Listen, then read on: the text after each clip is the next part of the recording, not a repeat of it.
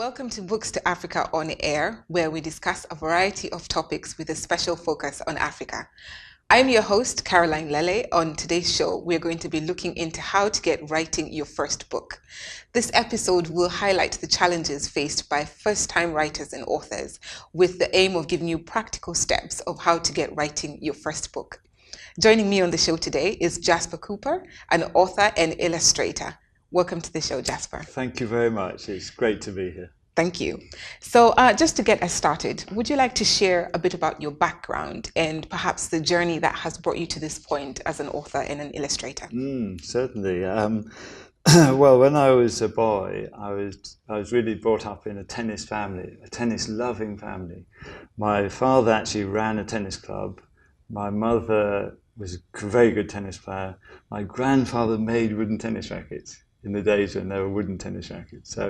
And he was a professional coach. So that was really my childhood. I fell in love with the game. And so all my energies at that stage, I wasn't thinking about being an author. I was just keen on tennis, cycling off to the tennis club as fast as I could. And so all my creativity and energy really got poured into that. I played professionally for a few years, and then started coaching. Just coaching tennis and squash. Now, so this time, by this time I'm in my 20s, and I also started playing the guitar.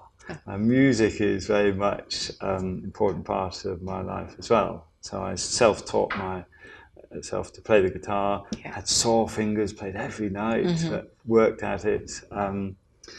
And then when I was in my 30s, I did a degree, which was art. Okay. I hadn't done much art before then.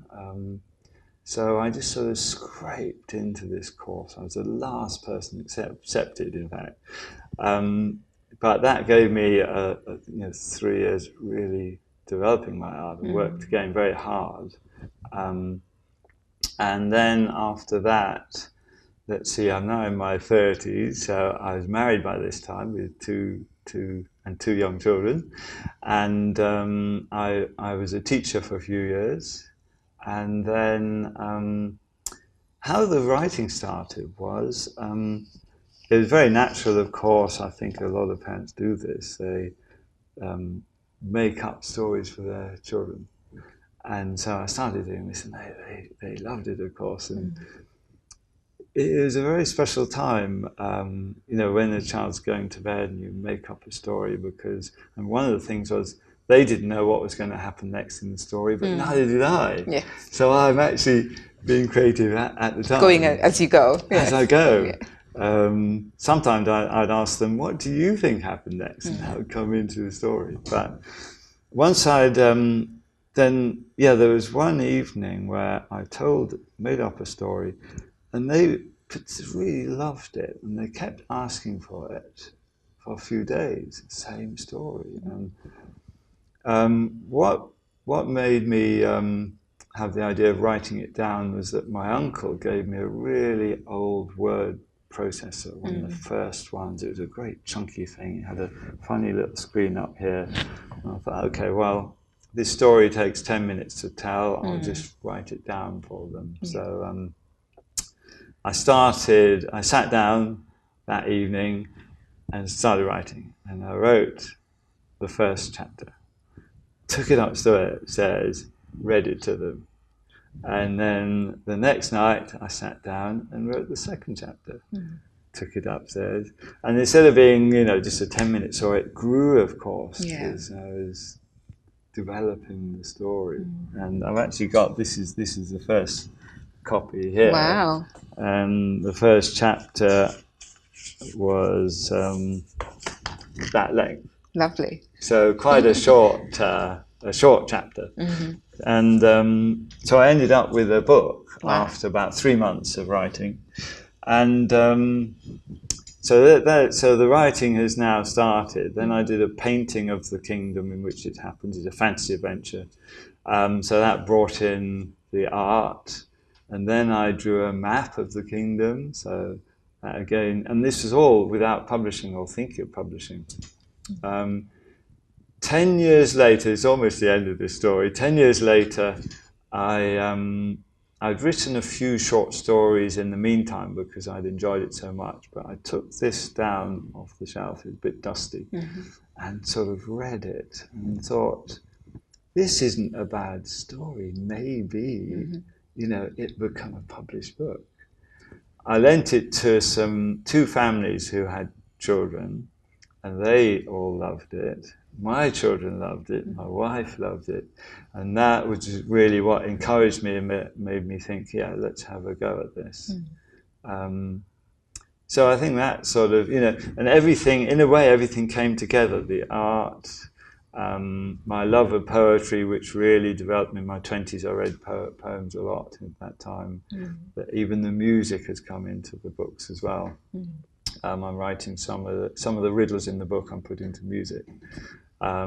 So there we are. That's how it happened. That's absolutely fascinating. It's so interesting to see how the process just evolved as you went along without any particular intention or expectation that this is where it was going to get you. Yes. So as it stands today, you are the author of the widely successful Kandara's Gift, which is part of the trilogy of the Kingdom of Gems, which is obviously one of the stories that you started. Yes. And it's been very, very popular on Amazon as a bestseller. And could you tell us a little bit about this particular story and perhaps, give us a bit of insight into what the story is about? Yes. It's always hard giving a sort of synopsis of a story, but it's a fantasy adventure, so it's in a completely made-up world. There are maps of the world in the book, so any reader can follow where things happen. There are a lot of animal characters. I've always loved animals, so that was quite natural to bring them into the book. It's to just tell you the rough beginning. There's an evil wizard comes into the kingdom to take over. He comes in at night. And that's really what sparks off the whole story then. So as he's a wizard, he can cast spells. Now in the palace live the prince and princess, 2 children, and quite a lot of other people and animals as well. But the prince and princess become involved in battling with him and trying to save the kingdom. And as I said, there are other animal characters as well. There's 2 unicorns. There's an owl called Jug, who's a popular character. And lots of twists and turns and exciting things happen. Okay. And it's turned into 3 books. So it is a trilogy. It runs through the 3 books, the story. Would you be able to read us an excerpt of this book so that we can get a feel of what the story is about? Yeah, certainly. Sure. I'd love to. I can read, probably the best part is the very beginning. Let's flick through a few pages. The very first chapter, chapter 1, it's called The Troubler. And this is how it begins. The tall figure approached the woods with powerful strides. Just behind him, held on a metal chain which he shook every so often to keep it moving, was a great creature. As the darkly cloaked man and the creature moved, the plants nearby withered, their leaves falling to the dying grass, and flowers so bright and beautiful the day before drooped as if touched by invisible poisonous vapours. Close by, and high up in an old oak tree, perched a snowy owl called Jug. He clutched a branch with his powerful talons as he slept soundly amongst the swishing leaves of the swaying tree. A powerful gale blew over the hills and through the valleys of the kingdom, and ruffled his beautiful white feathers, but even this could not wake him tonight. Jug was meant to be watching. He was always particularly vigilant during night time, as it was his job to guard the kingdom. But tonight, however, he had slipped into a deep and absorbing slumber, leaving the kingdom unprotected and open to intruders. That is wonderful. I love the imagery. I love just how even those initial words just draw you and engross you into this, as you say, this fantasy adventure, and you really just want to be in there. You really just want to, be part of the story and go on the journey. That's Yes, beginning. yes. It's really, really exciting. Yes. And would you say you have a favorite? I know Kandara's Gift obviously has been a bestseller Yeah. and one of the more highly received books. Is it your favorite out of the trilogy? Well, Do you have a I favorite at have all? to say I don't really have a favorite. Okay. It's a bit like asking me, in a way, it seems like I have two cats at home. Okay. One, they're very different characters. One's, we have to sort of ration her food and she's quite a little bit plump, and the other one's very thin and we have to encourage him to eat, and they just have different characters. Do I love one more than the other? No, I love them equally. And it's a bit like books. I've spent so much time, over a year working on a book, throwing all my efforts and my love into that book, molding it, trying to make it as good as I possibly can, going over it, lots of editing. And so, so my answer is really, I love them all. After the trilogy, there's the other book, Gordo, about a monkey here, which is doing particularly well at the moment on Amazon. Okay. And that's a different adventure altogether.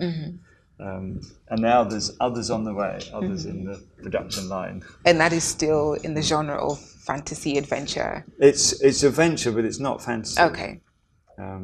It's the monkey is it's based on the story of the first monkey into space, actually. Oh. And it was first of all a short story, and then I thought people liked it, so I developed it into a book. But it's another twisting, turning adventure. Every day, millions of good books are thrown away. Yet 50% of people who go to school in Africa will not be able to read or write properly because they have no books. Books to Africa collects donated books and send them to projects in Africa. You can donate your books, fund a container shipment to Africa, or become a dedicated sponsor. Please do not throw your books away. Go to www.bookstoafrica.org to get involved. Thank you. So I'm just talking about how much you've poured yourself into writing and how much you've, invested emotionally, intellectually into your writing. What qualities would you say in your spanning career, being a coach, being a teacher, being a professional tennis player, being a champion tennis player, not just a professional, but a champion tennis player. How would you say those different aspects of your life have fed into your creativity and your output as an author, as an illustrator? I think the qualities have come through in the different areas. With tennis, and certainly, if you want to do anything well, you just have to work hard. I think there's no avoiding that, whatever you want to do. And if you can engender this quality in yourself, then you can turn your hand to different things and buckle down and be patient and overcome obstacles which come up in anything you do. I think tennis really helped me with this. When I was a young boy, I really worked hard at it. I really did. And found that there's a great joy in throwing your heart into something. And so that when the other things have come up, like learning the guitar, the art, and then the writing, that's how I've proceeded with it. And it's very interesting because sportsmanship, as you say, requires a lot of discipline, as does creativity, that you have to have that determination to hone your craft, to invest the time, to keep doing it and keep going at it, up until the point where you are able to reap the benefit and the fruit of your hard work, and to see that, what it is that you're creating is what it is that you want it to be. So with all this in mind, what would you say has been maybe one of your greatest challenges as a writer? Of course, you're saying that your journey has evolved. It wasn't the intention to be an author and an illustrator. It's kind of come along as you've committed and devoted yourself to the things that you enjoy. What has been a challenge? What have been the unexpected things about writing that you didn't expect that have been hard? It's an interesting one, because I think, challenges are great. I really enjoy a challenge, and I think there have been many, many challenges. It's quite a challenge which I did, was to stop working and just take the chance of this working.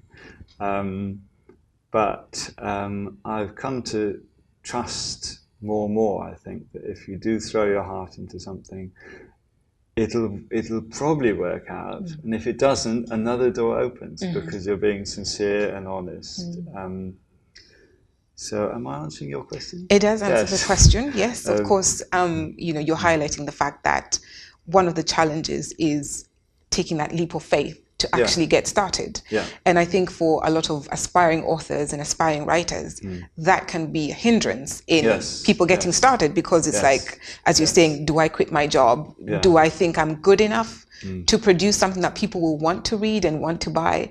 Do I have what it takes? Is, self-analysis questions, as well as wondering if you'll be able to live off of it and, manage this kind of thing. So I think with a lot of people, those are the fears that hold first-time authors from actually getting into it. But, it's been said the best way to get started is to get started. And as you say, the journey evolves and it becomes something beautiful as you go along. You can't determine what your journey as a writer and as an author will be. You can have a dream, but the details will all be full of surprises.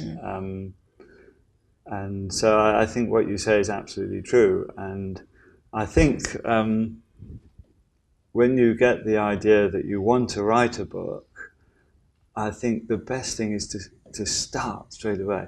I've met people quite often when I'm signing books in Waterstones or so on, who say, I've got an idea for a book. And I say, well, how long? They say, 30 years ago. I said, well, you must start tonight. I try and get them to say they'll start.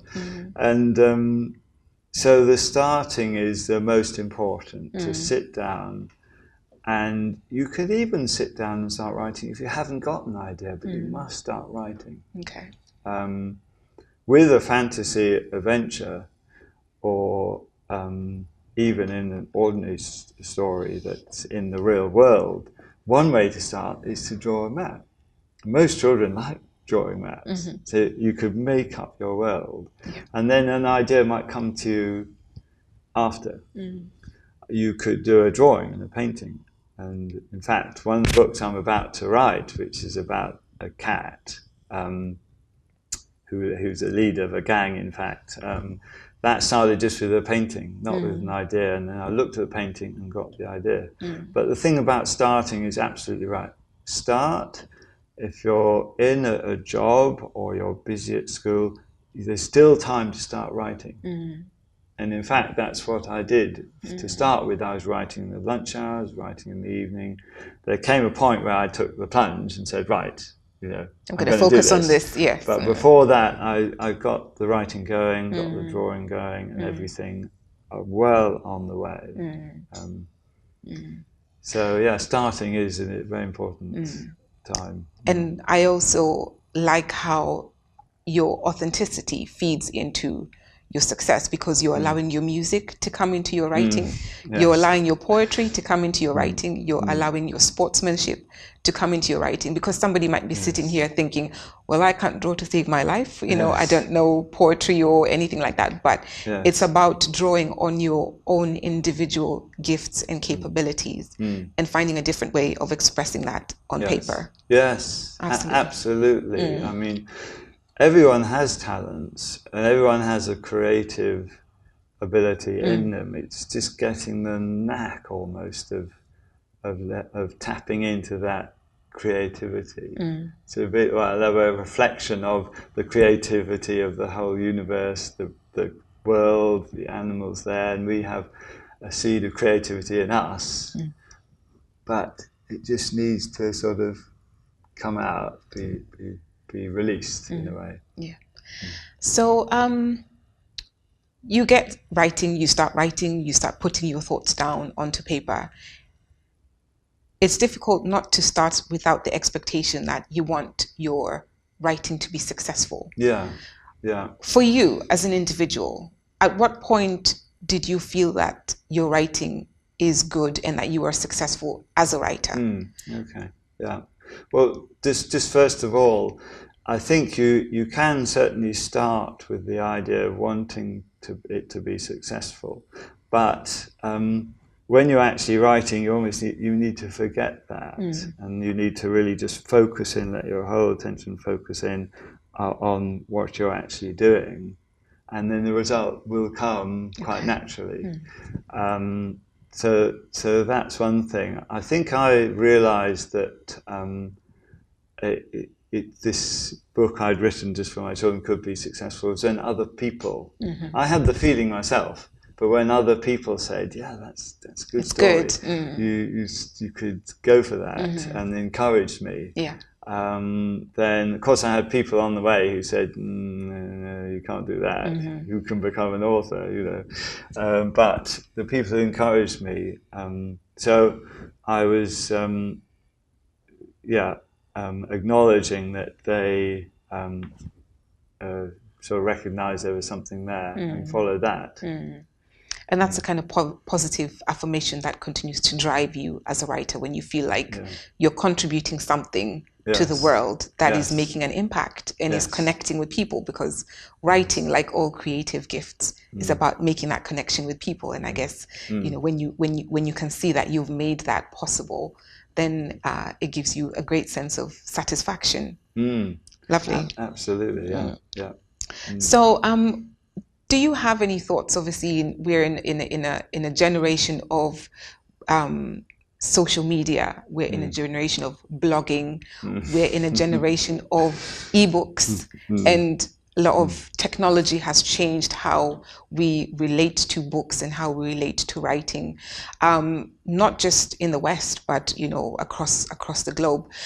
Do you have any thoughts in terms of how writing, particularly from an African context, is positively being encouraged or positively being expressed, or maybe areas that you think might be challenges that could be focused on to help build up African literature and African writing? Yes, this is an area I've only just started investigating a bit, so I might be a bit naive or a bit not have enough knowledge about it, but it certainly seems that in Africa, the whole area of education, it's so important to develop it, and there are major hurdles.